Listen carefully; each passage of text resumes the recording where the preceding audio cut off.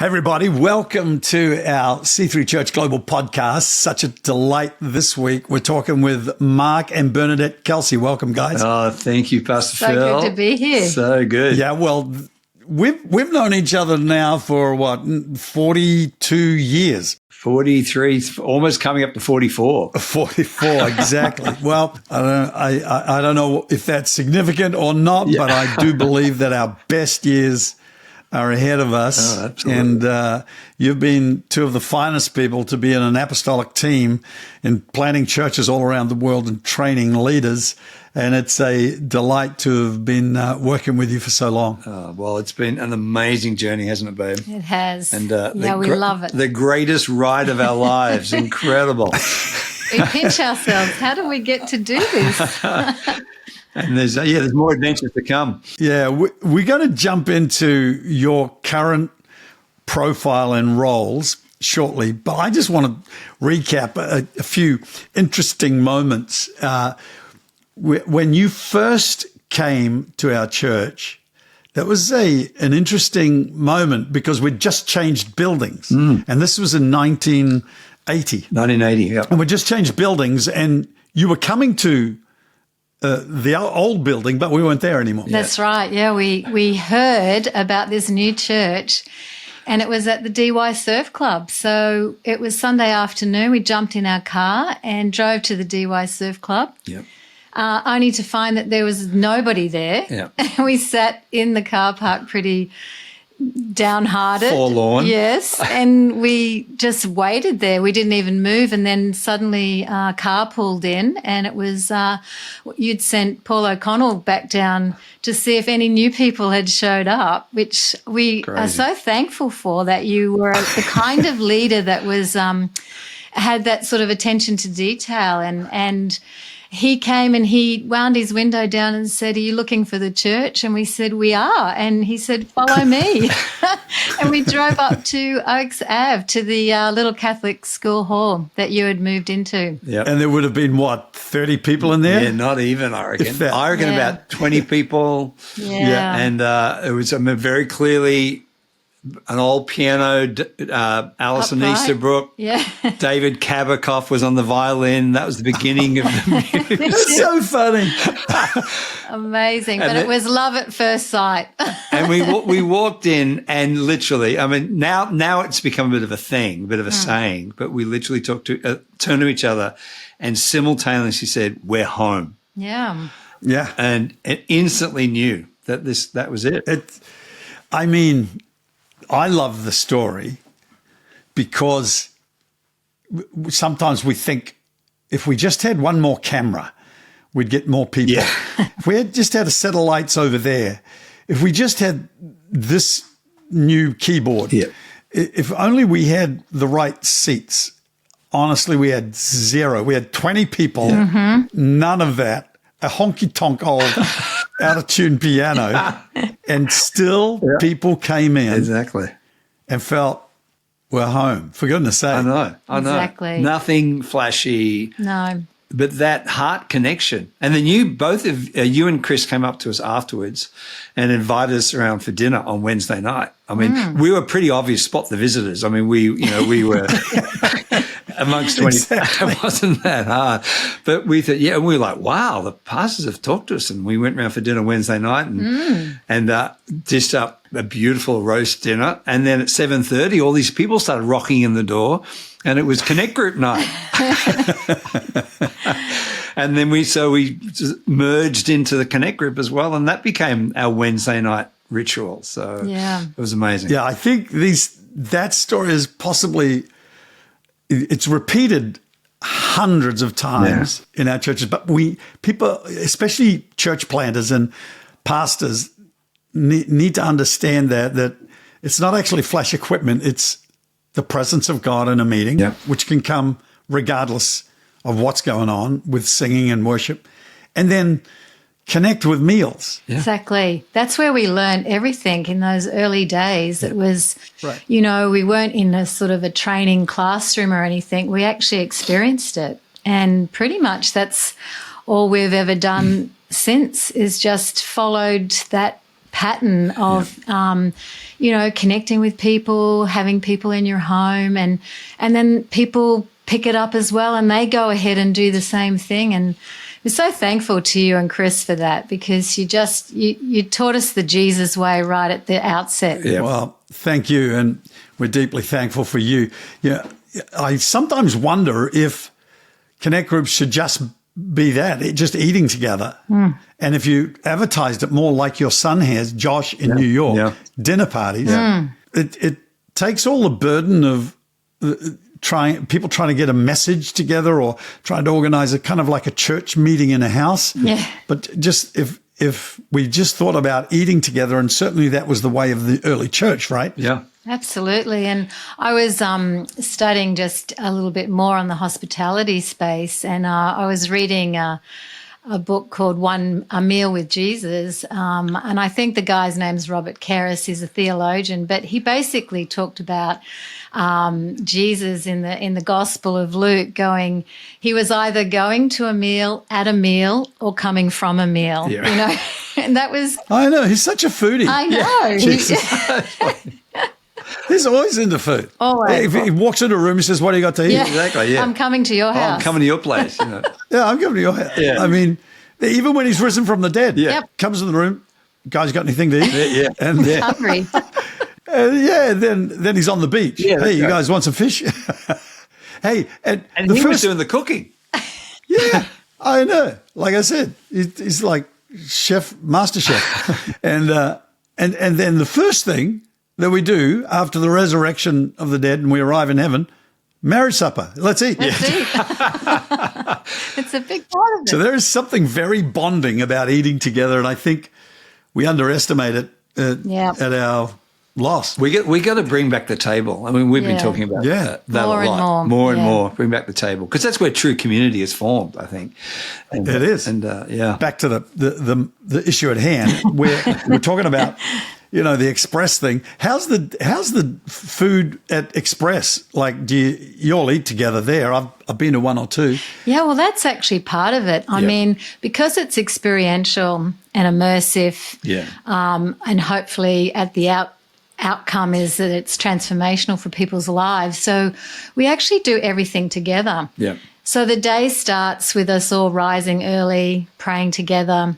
Then we train together. So the whole exercise thing, just focus on that physical health. And then we go into sessions, but all of the meals we eat every meal together. And it's amazing what happens over the meal, because you're getting content during the day, but then you're sitting together, and it's what happens again. It's like the questions, the conversations, the breaking bread together in that space. And, we always say it's not a conference. There's no green rooms. We're all in this together. And so it's not really like let us come and tell you about it. It's really show and tell. So we do everything together, and I think that's the transformational part of it too, because as we do it together, I think the kind of leaders that we're wanting to see developed are these leaders that will go out and do that in their churches as well, be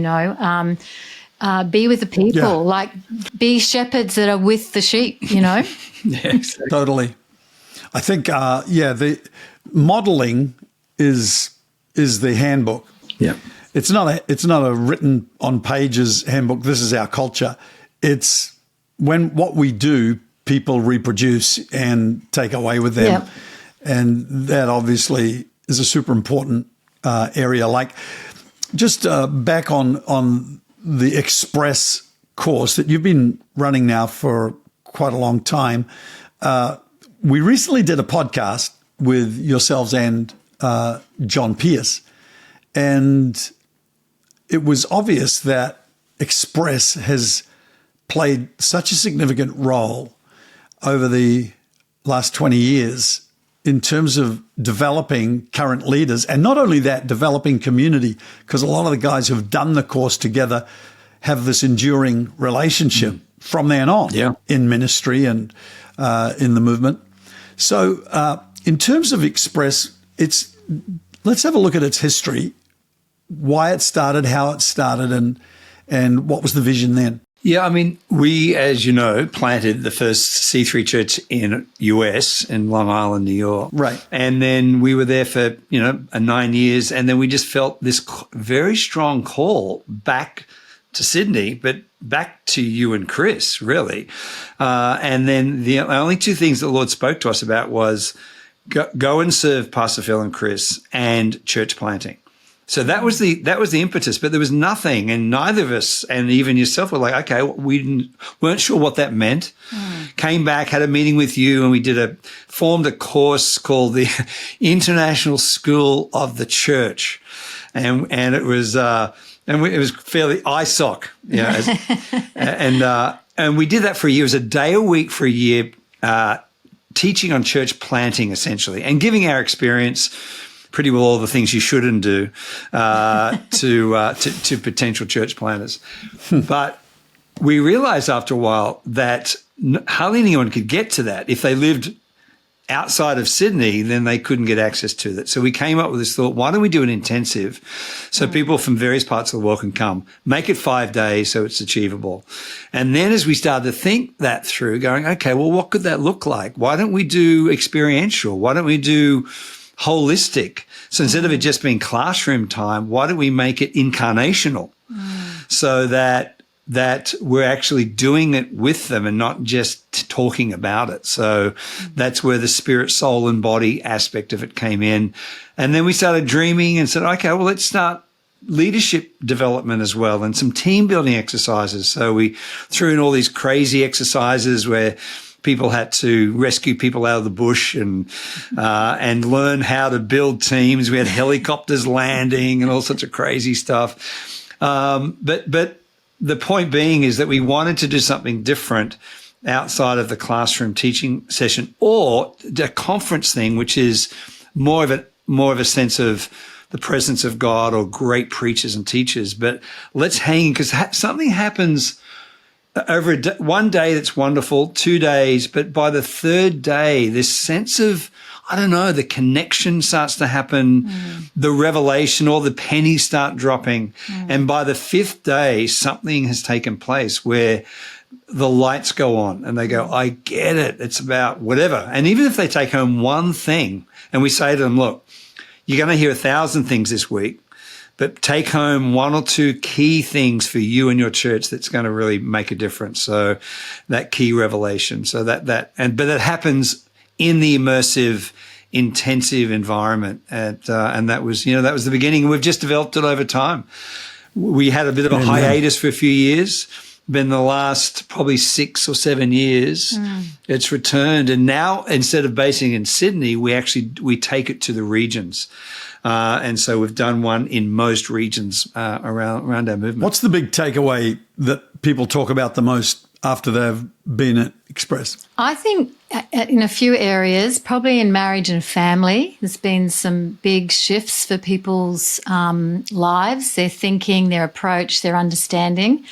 And I'd say the other area would be in the leader going back and focusing up on team building. We had recently a couple of guys, they'd just started the church. They were a couple of weeks in, and it was a big aha moment for them, going, I've got to spend more time investing in the core team, building that team, and getting that team building teams, So that would be, what would you say? Totally that. I think the whole leadership development sort of focus, discipleship obviously, but developing leaders is a huge takeaway. I think the revelation of physical health, definitely, or the holistic approach to life.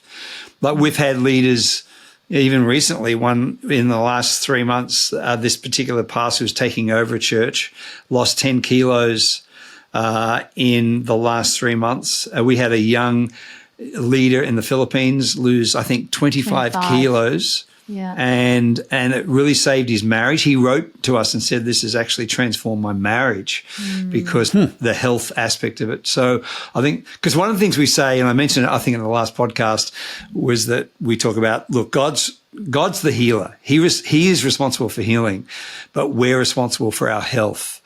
And it's this partnership. So we keep saying to them, look, it's not, you can't get fit in 5 days, but it's what you do Monday after Xpress that will determine what the next 10 or 20 years of your life looks like. And we keep saying to them, Monday's coming. So it's become a bit of a hashtag. It's what shifts are you going to bring next Monday, whether it's health or whether it's your marriage or whether it's leadership or whatever it is. So it's that, I don't know, it's that transformational shift thing.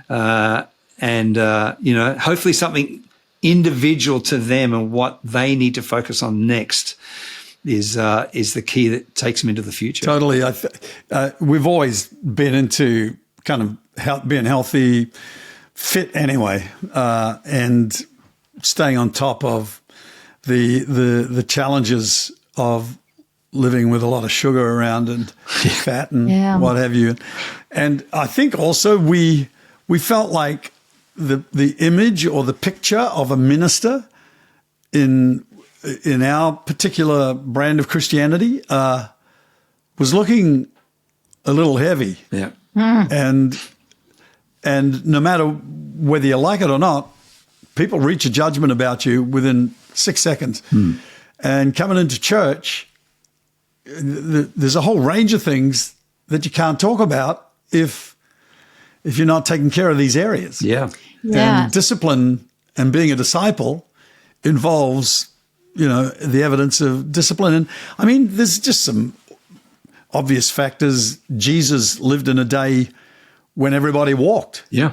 Or rode horses or whatever. We live in a very sedentary society where we drive everywhere and even the kids get driven or on buses or on trains or planes. And so our sort of normal ability to stay fit it has to be intentional. It's got to be intentional. And Jesus had the best Mediterranean diet, obviously. Yes. I mean, that's all he had. It was awesome. I mean, the doctors now say, Mediterranean diet. I mean, I think the other thing is the impact, the health has impact on families, right? And it's like even just their ability. Generationally, yeah. To get that into our kids and then our kids' so it's all tracking down the line, And even being healthy to spend time with your kids. I mean, some of the pastors, one of the feedback that has happened quite a few times is I have now the energy to play with my kids. Something as simple as that could transform even the functioning of a family and the health of that ministry family. And the longevity of that, I think, is super important. Yeah, well, I think some people's theology needs a bit of attention too. Like it's almost Gnostic saying the body is irrelevant. The flesh is, we don't need to worry about that. It's my spiritual life that's all important. But the point is we're becoming spiritual beings doesn't make us any less human. No.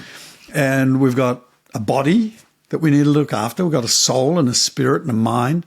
All of these, and God is so into like the body that he became one. He came to earth in one, and the resurrection is not about your spirit coming up out of the ground. It's your body. Yes. And Jesus was raised bodily. That's the power of the resurrection. So it's not like God regards it as irrelevant. And I think all of us can do with motivation in this area. I mean, the most sold books in the world are diet books. Do you know what the second most sold books in the world? Cooking books. Food book. Or it might be the other way around, but it's like, what a vicious cycle. That is a vicious cycle.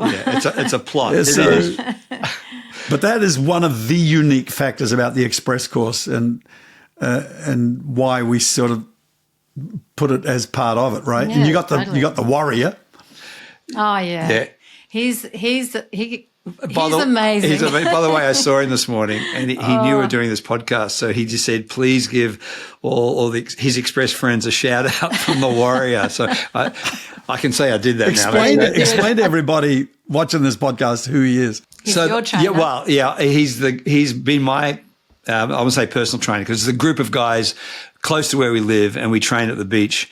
And he is the trainer. He's the sandhill warrior. The phrase sandhill comes from the fact that we run the sandhills of a beach near us. He is That's hard. He is a legend. He is, he's not young anymore, but he just one of these guys that keeps going and is a great motivator to help people understand this part of life. And he's a lot of fun. Anybody who has done Xpress, he's done Xpress with us in New Zealand, Australia, and Fiji, and they just love him. And he's they great. fall in love, and they all stay in contact with him, and they love his sayings, And when you're up to sort of 40 push-ups or whatever, and he tells us that the biggest muscle in the body is the 6 inches between the ears. Our ears, and it's the brain telling us, no, I can't do any more. And he's like, yes, you can. And was it pain is weakness leaving the body? What is it? Sweat is fat crying. I love that one. I love it. That's awesome. Yeah, so it is. It's such a unique area, and it's the standout experience that everybody groans and moans and celebrates at the same time. Yeah, that's so but I mean, and then I know I get in on Xpress through videos mostly. I have done a few in person, but I can't always make it. And then you have other sessions on that are crucial to leadership and church planning, right? Yeah. Yeah, I mean, what's fantastic as we've taken it into the regions, Pastor Phil, is working with the regional directors who are amazing. Yeah. And then further to that, bringing into that Xpress week people who are bringing content and delivering content, so just finding the best that we've got out there in the regions, and them coming in and delivering those sessions, which is really incredible. So fantastic. We're just loving the fact that two things, that we're connecting people across the regions to each other, but also to getting people delivering content from the movement, and they're just incredible. And in some ways, it's the best kept secret. Who we have in our midst as a family. Yeah. It's fantastic, and I think one of the highlights for us in 2023 has been we were in Africa with Rock in East and West Africa, and this particular Xpress we did there, people that we'd trained 5 years ago are now there at Xpress delivering content and doing Xpress with everybody. So just the development of those lives is just it's gold. It is total gold. Yeah. What are some of the key subjects? So each day is a different theme. The flow of each day is the same, like Bernie said, with the prayer, workout, and then download, and then team building. But each day is a different theme. So day 1 is personal world. Day 2 is church systems and structures. Day 3 is you the leader. Day 4 is you the minister. And day 5 is what's next. So the subjects really flow into those themes. So instead of going all over the place on a particular day, we really hone down. So in the personal world day, we talk about your holistic health. Then we talk about emotional health, mental health, financial health, family and marriage and family health. So that's that. And on the church systems day, we talk about, okay, well, how does a healthy church structure? What does it look like? What are the universal biblical principles of a healthy growing church? And then what are the principles of multiplication? Then leadership day, we talk about vision, culture, strategic leadership, etc. So, and then ministry day, the highlight is your session. You open it up with talking about the centrality of the baptism of the Holy Spirit, and we are ministers of the Spirit. And then we talk about preaching, teaching, etc. So developing a theological craft. Developing a sound theology, etc. Yeah. Fantastic. There's a lot covered. Oh, yeah. What is, I know that this last year, I looked at your schedule and the year before, and I know that level of I know what that feels like, that level of traveling personally, because Chris and I have been doing quite a bit of it ourselves this year. But you managed to get around quite a few nations, and can you tell us some of the places you went and the highlights of those places? We were in 6 regions. Yes, yep. I think how many nations were represented? I'm not sure. Well, we did Pacific, Yes. Fiji and New Zealand, so separate ones. I think one of the highlights in that one was the first one we did in Fiji. Fiji, yeah. And so that was, I don't know, something very powerful happened there. There was because Steve and Dawn and the New Zealand crew have been investing into Fiji for a long time. And so it really wasn't about us or Xpress. I mean, a lot of work has been invested there, but something finally popped in Fiji, in 23 for those guys. And it all happened in that space of, the Xpress time. And from there it was off to... Here we go. We did Europe. Europe was great because there were 13 nations in our movement represented in one Xpress, because obviously Europe is so diverse nationally and culturally.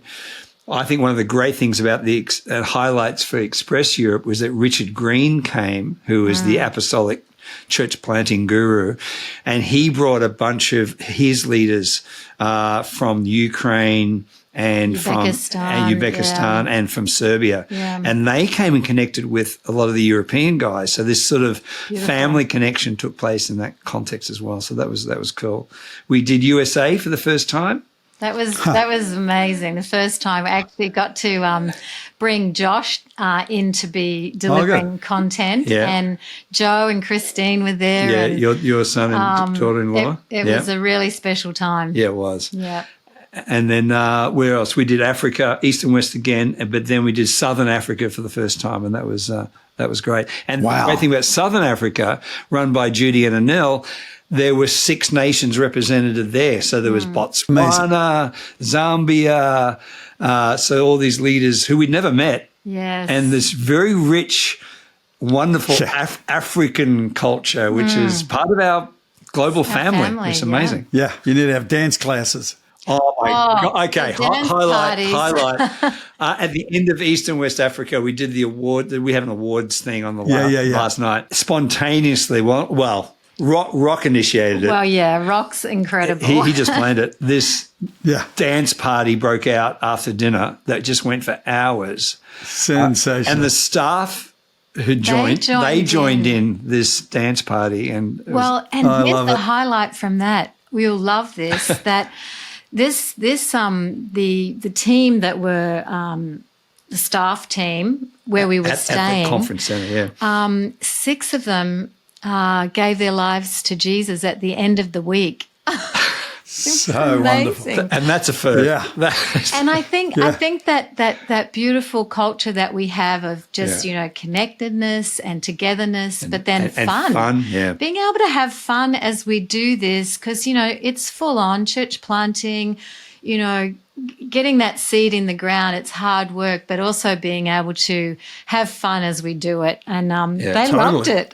Well, again, I think it's a theological problem when people think Christians have just got to be so serious all the time and have no fun. Yeah. But laughter, I've found, is a signature of highly spiritual people. Totally. Who are close to God.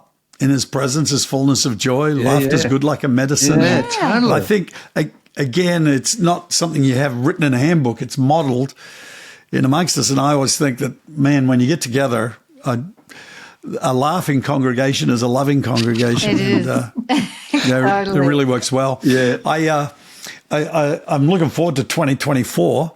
What's in store this year in 2024? Well, 7 Xpress. Well, first of all, we've got the global gathering in May in Singapore, which will be awesome. And then, of course, we're launching out. We've got 7 Xpresses. So back to Fiji, Indonesia, USA and Canada combination. Hey, we're in the first time in South America this year in Brazil, which will be fantastic. Back to Australia, another one in Southern Africa, and then for the first time in South Asia. So we're going to India. So, it's going to be fun. Yeah, it's going to be fun. So pray for us as we pray for you, because your crazy travel schedule as well. Yeah, I know. Well, you and I have been in India before. Yeah, and just avoiding the traffic will be enough of a Our mission. That's amazing. Yeah, exactly. And so how would people, like if they were interested in jumping on board, because you've got limited spaces in it generally, haven't you? Yeah, we do. What would they do if somebody was listening to this and they said, man, I think I'd like to come with one or two of my team? Yeah. Yeah, well, I mean, it's for church planters or about to church plant. Or emerging leaders.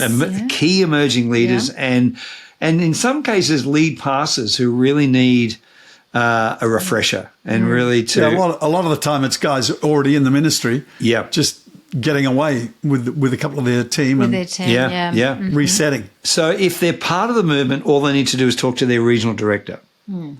If they're part of a church, like that's if they're a lead pastor or a church planter. If they're part of a church and a leader, talk to their pastor, and then they can talk to the regional director.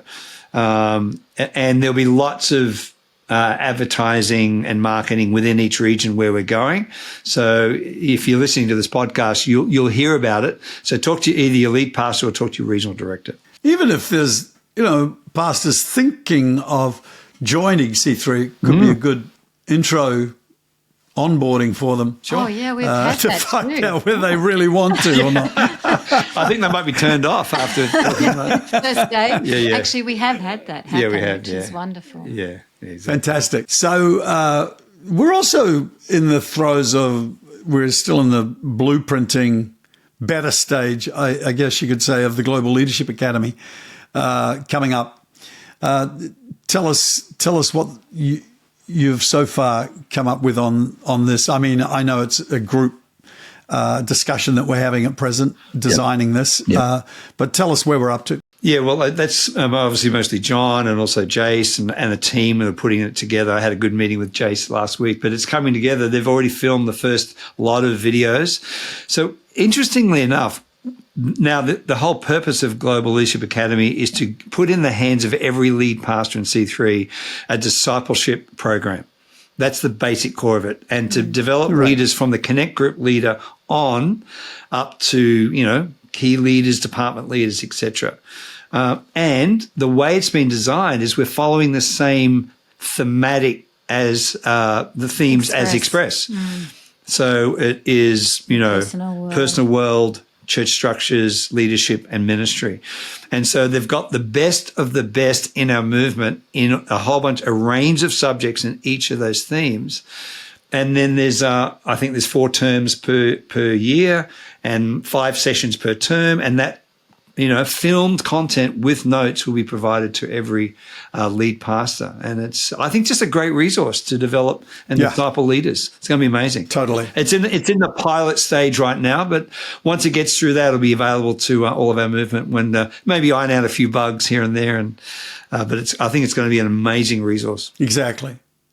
Yeah, so just coming to a close on this podcast. Thanks for listening, everybody. It's always a privilege and an honor to be able to share with you and to serve as best we can ministers and leaders in churches and people who are following us on this podcast. But I do think the most important thing about Bible colleges, training systems, training, growth tracks, et cetera, that we put in place in church. It's actually, the content is important, obviously.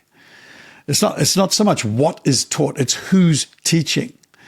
Because their spirit, their attitude, their demeanor, their lifestyle, all of that is what gets imparted into the students, and that's disciple making. No doubt. And I've always been so impressed with Mark and Bernie's lives personally, their attitude and the way they've come through battles and trials, as any minister who's effective is going to find. There are sufficient challenges to make sure you stay humble and to make sure you're still on the fighting cutting edge. It's but one of the looking over the years, Mark and Bernie, I just wanted to finish more on a kind of a reflective note, I guess, about spiritual values. One of the incredible spiritual values you have, and obviously a number of our team, is faithfulness and loyalty. through trials. And I know you've had other trials where you've proven yourselves to be great overcomers and a man and a woman of great faith. But I do know that there was one stage where there was a particular person who was attempting to dissuade you from being in our team and trying to draw you away. And that same person did the same with some others and managed to actually succeed in actually getting a couple of these guys to go away, to take off and join them, which actually all came to nothing. And I think they really lost their way in all sorts of areas. But I know that in that moment, you decided you'd stick with us and stay true. And I always find in the development of a man or a woman of God, there is a loyalty test. And from another leader, there's several tests that I would say can be identified, like serving under a difficult leader like David with Saul, et cetera, et cetera. But the loyalty test seems to me to be one that God puts people through before he starts building on them. He just wants to know that they're going to stick with the program under all kinds of circumstances. And I think, I just wanted to say that about you, that I really have appreciated that faithfulness, the loyalty, the strength of support that we've had as a team together to get this far and to see the future. And because of that, we've been able to build all these training courses, all these churches. We've got 45 new churches coming into being in this 12-month bracket right now. And I believe that people think, oh, wow, what's your program? What's your system? But honestly, I think it's who's the people is a better question. Yes. And I don't know if you want to make a comment to that. Yeah, definitely. I mean, I think you don't know it's a loyalty test at the time. You don't know it. You're just like, what is happening here, God? What is going on? And so you've got to, I think for Mark and I, we've dug deep and we've gone, honestly, we know that God has called us to you and to Chris, and we go to that place. And I think we've lived with, none of us are perfect, and there's no perfect church, but there is a perfect church designed by God and given to us as a gift, and we've stayed with that. We've just dug deep in those times when you don't know it's a loyalty test and gone, no, God is, we know we're called. We know we're called to this. We know we're called to Phil and Chris, and we know we're called to C3, and we're so grateful for it. And we think, where else would we go? Honestly, what else is there? Exactly. What about? I mean, and I think, like Bernie said, I think we figured out it's not just what you're called to, but who you're called to. And I think that, and that sense of cohesion and community and the group of people that ultimately you're going to be doing life with. And to divert away from that and to do something, find something else. I mean, why do that? And then I think the unity battle is probably the biggest battle in the church. It is. Ephesians 4 obviously talks about the two things. It's the unity of the Spirit and diversity of gifts, and the combination when there's a spirit of unity and when there's empowerment of people's gifts, you've got a mature body and something that can really grow and have an effect on the world. But the first battle is the unity battle, and I think that's the one that the enemy initially jumps into. And unless we get that revelation that our behavior and response either adds to the unity or adds to disunity, then I think it's a big. That's so true. It's a big rev for us as leaders, Yeah, it's I love it. There's a scripture that says, "Let no man take your crown." Interesting, huh? That means that we've been given authority and power and leadership, but actually somebody else could take it if you just, if you let it go, if you drop away from it. So all of us have been given a destiny. And I think, like you said, Bernadette, that was so well said. There's no perfect church, but there is a church that's perfect for you. Yeah. And that church is a network of relationships that are divinely orchestrated by God and together we form a symphony, a symphony, a sympathy. We form a symphony, and maybe the other as well. Yeah. But it's like together we're going to achieve so much more than we ever would on our own, and it's keeping it together, like you say, Mark, the fight for unity. Yes. You got to fight for it. You got to fight your own attitudes. You got to fight your own language. You fight your own, what other people are saying, and say, we've been called not just on our own, but together. Yeah. I think that's a big message for the church today. That's very true. We're not just called to be a ministry on our own, but we're actually called together, 2 by 2. God always does things in teams, and even he's a team. Yes. And I think that, so I think that it's like, thank you for being on the team. And we need to have thousands more Mark and Bernadette Kelseys in the world. And I think as we You're too kind. work on this Xpress, we'll see a magnificent reproduction happening all around the world of And magnificent thank you for men and being women. like leaders that have believed in us, because I think that's the other side of the loyalty, faithfulness thing, is that you and Chris are good shepherds. You've believed in us. You've released us. I mean, even Xpress has really come out of your generosity in releasing us to do what God's put inside of us. So, we're so thankful for that. Forever thankful. And you keep doing it. You're the most empowering leader that exists. Well, you see, it's a sneaky kind of strategy, because other people get to do a lot of work and achieve all of the things that you're dreaming of. But no, I do agree with that.